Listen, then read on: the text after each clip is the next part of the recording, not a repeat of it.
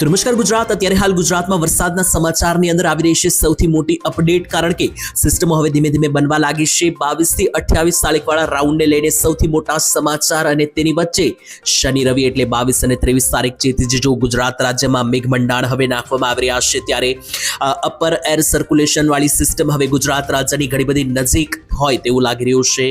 અને તમને જણાવી દઈએ તો અત્યારે જે હવામાનમાં મોટી ફેરબદલ થઈ રહી છે તેની અસર મોટા પાયે ગુજરાત રાજ્યમાં જોવા મળી શકે. અપર એર સર્ક્યુલેશન સિસ્ટમ હવે ઘણી બધી નજીક જોવા મળી રહી છે. અને આટલું જ નહીં, તારીખ સાથે માહિતી આપીશું. ગુજરાત રાજ્યના હવામાનમાં ખાસ આગામી કલાકો અતિ ભારે રહેવાના એંધાણ છે. વરસાદના નવા રાઉન્ડની લોકોને રાહ છે, ત્યારે 22 તારીખ અને 23 તારીખ એટલે કે શનિવાર અને રવિવારનો જે દિવસ છે ત્યારે સાવચેત રહેવું પડશે. ગુજરાતના કયા કયા જિલ્લામાં કેટલા વરસાદ પડશે તેના વિશે આજના વિડીયોની અંદર વિસ્તારથી સમજાવીશું. અને એટલું જ નહીં, ગુજરાતના એકોઈક ગામ, જિલ્લા અને તાલુકાઓના નામ સાથે વરસાદની પ્રોપર ડિટેલ આપવામાં આવશે. અને આટલું જ નહીં, ગુજરાત રાજ્યના વરસાદની સિસ્ટમો પણ સમજાવવામાં આવશે અને વરસાદ કયા કયા જિલ્લામાં પડશે. દાખલા તરીકે જોવો તો શનિ રવિ ખૂબ જ વધારે વરસાદની આગાહી છે. શનિવાર 22 તારીખ વહેલી સવારથી ગુજરાતમાં ઘણી બધી જગ્યાએ વરસાદ પડ્યો પણ છે. અને હવે બપોર પછીથી લઈને રાત્રિ સુધી અને ત્યાર પછી 23 તારીખ રવિવાર પણ ગુજરાતમાં મેઘતાંડવને લઈને સૌથી મોટા સમાચાર એ પણ જાણીશું. અને બીજી બાજુ ખાસ મઘા નક્ષત્રનો સૌથી મોટો રાઉન્ડ આવવા જઈ રહ્યો છે, તેના વિશે અંબાલાલ પટેલે આપી દીધી છે નવી આગાહી.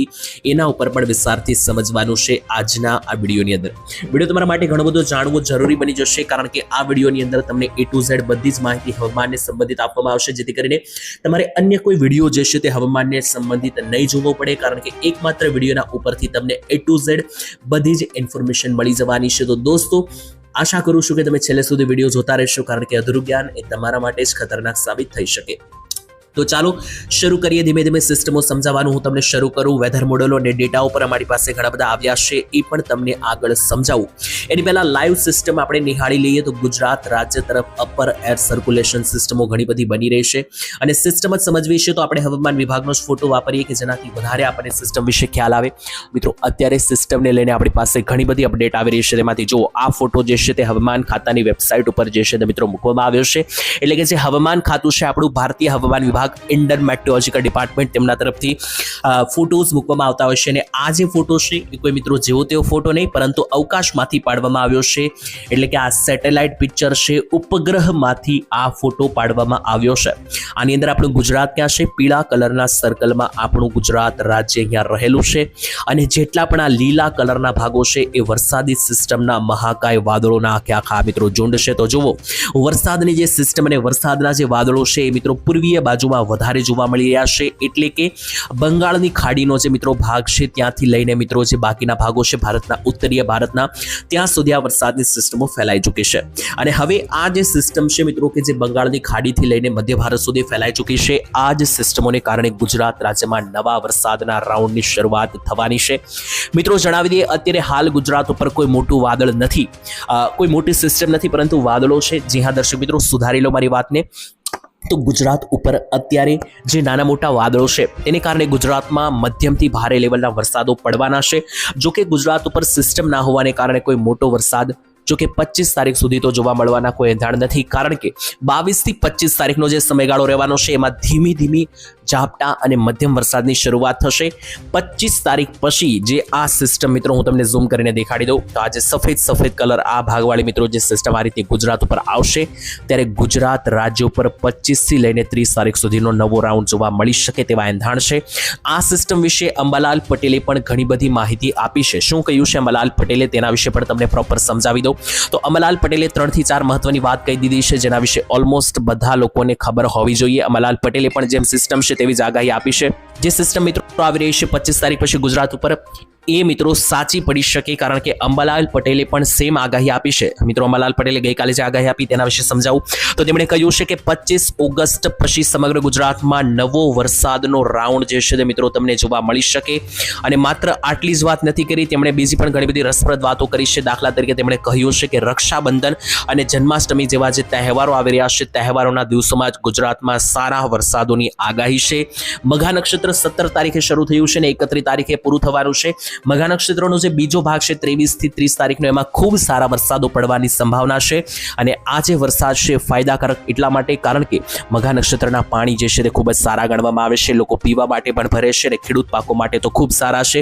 એટલે મઘા નક્ષત્રનો જે આ રાઉન્ડ રહેવાનો છે ખેડૂતોને પણ ફાયદો અપાવશે. અને બીજી વાત, મધ્ય અને દક્ષિણ ગુજરાતમાં ભારે વરસાદની આગાહી અંબાલાલે વ્યક્ત કરી છે. તો મિત્રો હવે કોઈ ઝાઝા રાહ જોવાનો સમય નથી. ગુજરાતીઓએ ઘણી બધી રાહ જોઈ લીધી છે વરસાદની સિસ્ટમની, પરંતુ જુઓ ગુજરાતની હવે ખૂબ જ નજીક સિસ્ટમ આવીને ઊભી રહી ચૂકી છે. અને જેવી આ સિસ્ટમ થોડી આગળ વધશે એટલે ગુજરાત ઉપર આવવાના પૂરેપૂરા એંધાણ છે. અને આને લઈને આજે મિત્રો વાત કરીએ ગુજરાત રાજ્યના આજના હવામાનની, તો આજે પણ ઘણી બધી જગ્યાએ વરસાદની સારી એવી આગાહી છે. જેમ કે જોઈ લો, આ જે એલર્ટ છે એ હવામાન વિભાગે આપ્યું છે. અત્યારે નાવકાસ્ટ અનુસારનું આ એલર્ટ છે.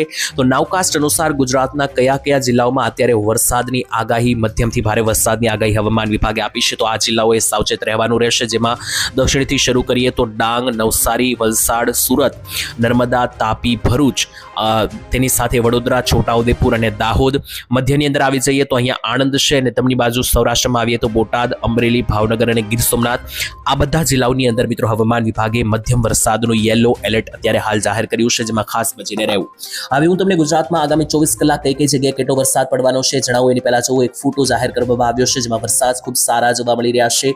3 થી 4 ઇંચના સરેરાશ વરસાદો મધ્ય અને દક્ષિણ ગુજરાત અને સૌરાષ્ટ્રના પોરબંદર, જુનાગઢ, ગીર સોમનાથ લાગુના ભાગોમાં પડતા જોવા મળી શકે. આ નકશો છે, વેધર મોડલ છે. આ weather model ECMWF weather model છે. અને આ મિત્રો 5 તારીખ સુધી કઈ કઈ જગ્યાએ કેટલો વરસાદ પડશે દર્શાવે છે. એટલે આ બધા જ વેધર મોડેલો મિત્રો મુજબ આપણે જોઈએ તો વરસાદ સારા એવા પડવાના છે. તો જે ચોમાસાના વિદાય અને અલ નીનોની અસર, આ બધી જે માહિતી આવી રહી છે એનાથી બચીને રહેવું, કારણ કે આમાં સાચી માહિતી 10% અને ખોટી મિત્રો જે છે તે ભ્રામક માહિતી 90% હોય છે.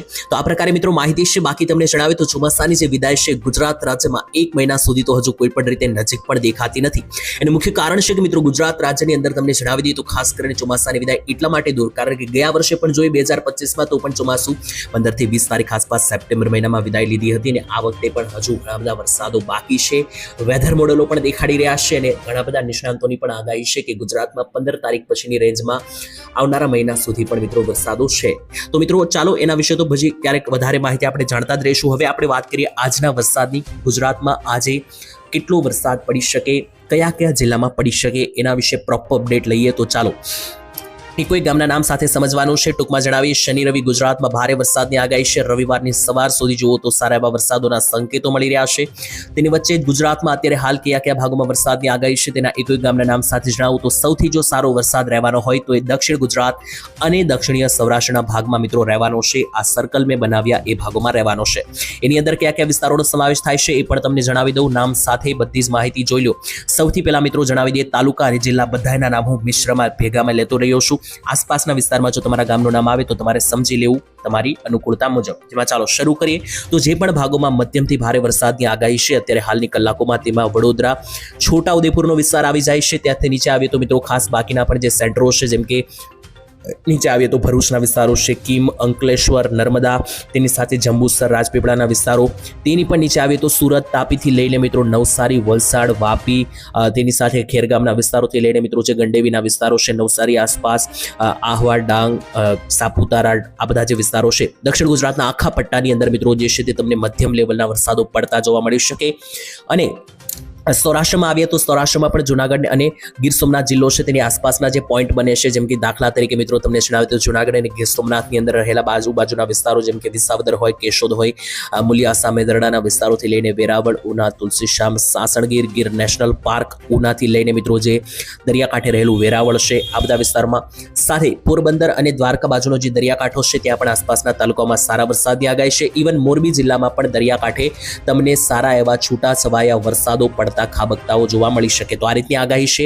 આની સાથે મિત્રો મધ્ય ગુજરાતનું જે દાહોદ બાજુનો પટ્ટો છે ત્યાં પણ તમને મધ્યમથી સારા એવા વરસાદો જોવા મળી શકે. આ રીતની આગાહી છે.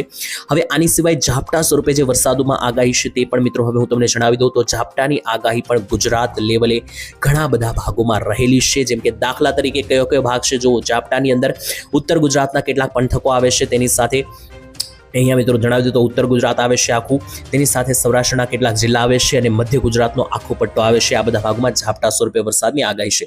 તો જોઈ લો, ઝાપટા સ્વરૂપે એકદમ હળવા વરસાદોની જ મિત્રો વાત કરીએ તો હવે એકદમ હળવા વરસાદો જે છે તે મધ્યની અંદર ગોધરા, ખેડાના વિસ્તારથી લઈને વડોદરાની બાજુમાં મિત્રો જે આણંદ રહેલું છે, અમદાવાદ, ગાંધીનગર, ઉપર ચાલીએ તો મહેસાણા, તેની સાથે મિત્રો અહીંયા જુઓ તો સિદ્ધપુર, ખેરાળુ, ઊંઝા, ડીસા, અંબાજીના વિસ્તારોથી લઈને બનાસકાંઠા, ખેડબ્રહ્મા, પાલનપુર, સાબરકાંઠા, તેની સાથે કચ્છ બાજુ નલિયા, માંડવીના જે વિસ્તાર છે ત્યાંથી લઈને સૌરાષ્ટ્રમાં રાજકોટ અને આસપાસ વિછિયાના વિસ્તારો, ગોંડલ, જેતપુર, ઉપલેટાના વિસ્તારોથી લઈને અમરેલી જિલ્લો થઈ ગયો.